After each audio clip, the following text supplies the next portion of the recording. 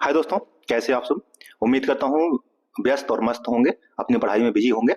साथ ही साथ दो तीन अपडेट है, बता देता हूँ मैं आपको। एक तो बीपीएससी मेंस का अपडेट है, 70 बीपीएससी का।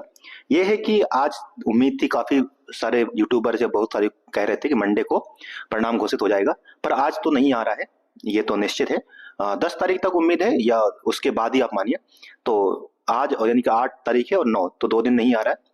साथ ही साथ मैं आपको बता दूं कि मैंने आपको वीडियो दिया था, इंटरव्यू से संबंधित 2 वीडियो दी थी, जहां मैंने बताया था कि आपको कहाँ कहाँ किस किस एरिया में फोकस करना चाहिए। उससे मैंने क्वेश्चन भी बताए थे कि किस तरीके से क्या पूछते हैं और आपको किन किन क्वेश्चन पे फोकस करना चाहिए। आपने नहीं देखिए, देखे तो वो जरूर देख सकते हैं। आप यहाँ तक आ चुके हैं तो सब्सक्राइब कर दीजिए। मैं आगे भी आपको वीडियो देता रहूंगा, जिसमें इंटरव्यू से संबंधित पूरी तरीके से गाइडेंस दी जाएगी। साझा 71 बीपीएससी मेंस का भी हमने प्रोग्राम शुरू किया है, जहां पे आंसर राइटिंग पूरी तरीके से फ्री करवाई जाएगी। आपके ऐसे कि क्या क्या कहाँ पर आप फोकस कर सकते हैं। टॉपर्स की कॉपी दिखाऊंगा, मैं अपनी कॉपी दिखाऊंगा कि किस तरीके से आप मैक्सिमम मार्क्स गेन कर सकते हैं। ठीक है, तो ये हो गया।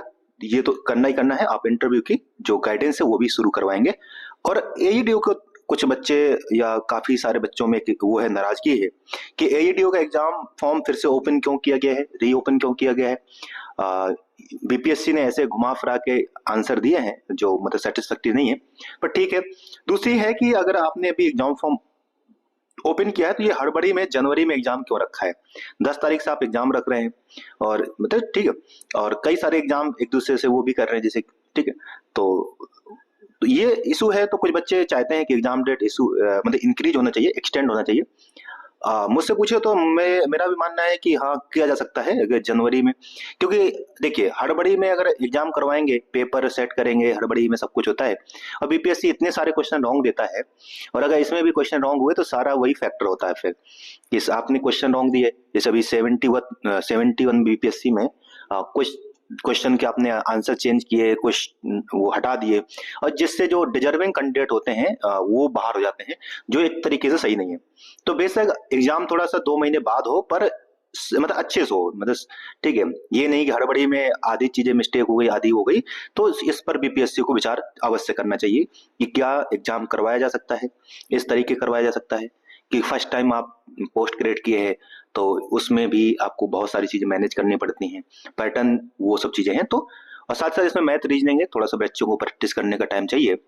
फिर भी अगर नहीं एग्जाम डेट बढ़ती है तो मैं आपको सुझाव दूंगा कि हमारे इसमें इसी चैनल में जाइए। वहां पर मैंने बहुत सारे मैथ रीजनिंग के प्रैक्टिस सेट करवाए हैं। अगर आप उनको देखते हो तो मैं गारंटीज कह सकता हूँ कि आप बहुत अच्छे से मार्क्स स्कोर कर सकते हो। ठीक है दोस्तों, तो ये भी एक वो कर सकते हैं। साथ ही 72 बीपीएससी के बारे में आपको अपडेट देता हूँ। 72 बीपीएससी सितंबर में ही होगा, आप ये मान के रखिएगा। इस बार भी पोस्ट जो है वो कई सारे सोर्सेस से जानकारी आ रही है कि 500 समथिंग या उससे थोड़ा सा ज्यादा, आप मानिए 500 से 600 के बीच में पोस्ट रहेंगी। और उसकी भी मतलब एग्जाम तो सितंबर में ही होगा। तो ये कुछ अपडेट्स हैं जिनको आप कर सकते हैं। ध्यान में रख करके तैयारी शुरू करिए। अभी इधर उधर की ज्यादा बहकावे मत रहिए कि ये वो कट ऑफ कितनी जाएगी। 70 बीपीएससी मेंस की कट ऑफ कोई बहुत फैक्टर नहीं है, कोई सही नहीं बता पाता है। अभी आप जैसे देखा होगा 71 में सब कह रहे थे कि 80 82, बट कट ऑफ कितनी रही, 88 मार्क्स रही। मैंने खुद ही आपको बताया था कि 85, तो बहुत सारे बच्चे मुझे कमेंट में कोस रहे थे कि अरे 85 कैसे जाएगी। देखिए, कंपटीशन बढ़ रहा है, ये तो आप जानते हैं। बच्चे अपियर हो रहे हैं, मेहनत कर रहे हैं, और साथ ही साथ बीपीएससी जो ये गड़बड़ी करता है क्वेश्चन हटाने का, चेंज करने का और क्वेश्चन रॉन्ग देने का, उससे बहुत फर्क पड़ता है।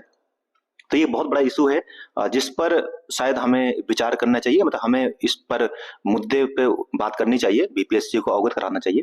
अगर आप चाहते हैं तो मैंने भी इस पे एक वीडियो बनाया था, जिस पे मैंने बात की थी कि कितने क्वेश्चन रॉन्ग किए हैं तो क्या इससे इम्पैक्ट पड़ता है बच्चों पर। जो डिजर्विंग कैंडिडेट होते हैं, वास्तव में उन्हीं पर फर्क पड़ता है।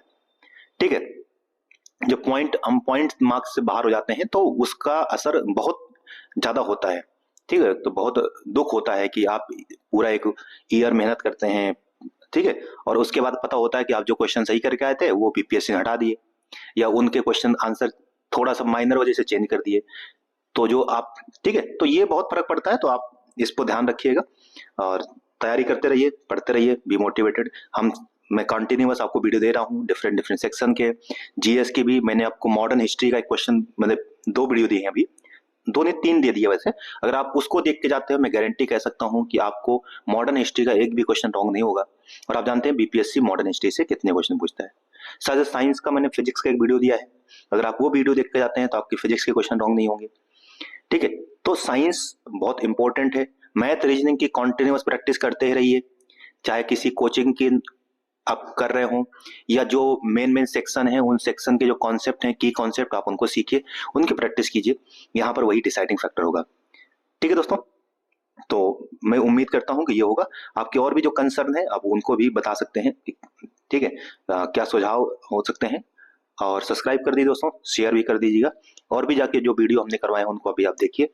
जय हिंद, धन्यवाद, पढ़ते रहिए, बी मोटिवेटेड।